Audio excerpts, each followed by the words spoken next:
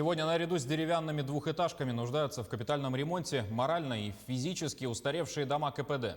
Они составляют значительный объем жилищного фонда столицы, в котором по усредненным подсчетам проживает порядка 60 тысяч горожан.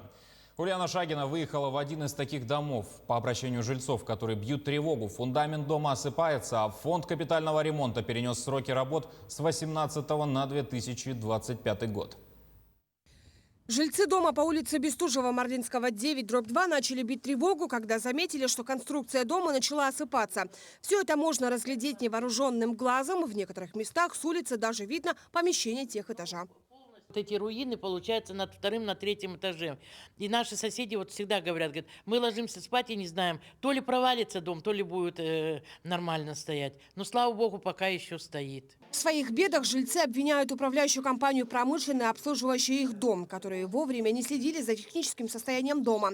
Трубы в тех этажах подтекают круглогодично, только прошлой зимой они же и вынесли 2 КАМАЗа выдолбленного льда из-под здания. Капать не перестает и в летнее время. Тут откуда-то течет с этих. У нас трещины по домам, даже дома трещит все, звуки слышатся. Как оказалось, проблемы жильцов этим не ограничиваются. В квартирах верхних этажей протекает крыша, а для пенсионеров преградой является лестничная площадка. Тут мы спотыкаемся, падали. Моя соседка инвалидка, она кое-как тут выходит.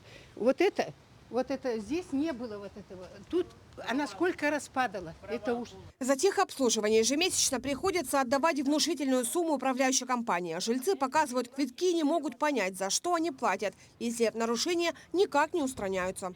Вот у меня двухкомнатная квартира, за техобслуживание я плачу 881 рубль. Я вот так вот логически подсчитала, если у меня двухкомнатная квартира, у нас дом здесь однокомнатные, двухкомнатные, трехкомнатные, четырехкомнатные. Техобслуживание в год у нас обходится где-то 1 200 000.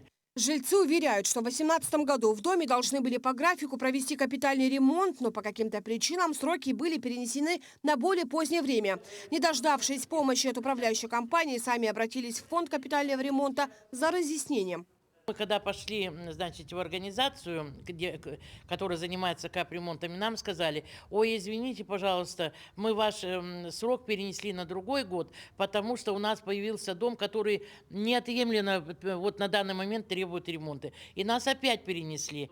В самом же фонде заверили, что переносов сроков по дому не было. Запланированный капитальный ремонт фундамента именно в этом доме в 2025-2027 годах. А в 2030 году ремонт фасада и крыши. Но у жильцов всегда есть право приблизить свои сроки. Для этого всего-то-навсего нужно всем домам увеличить размер ежемесячного взноса, отметили в фонде.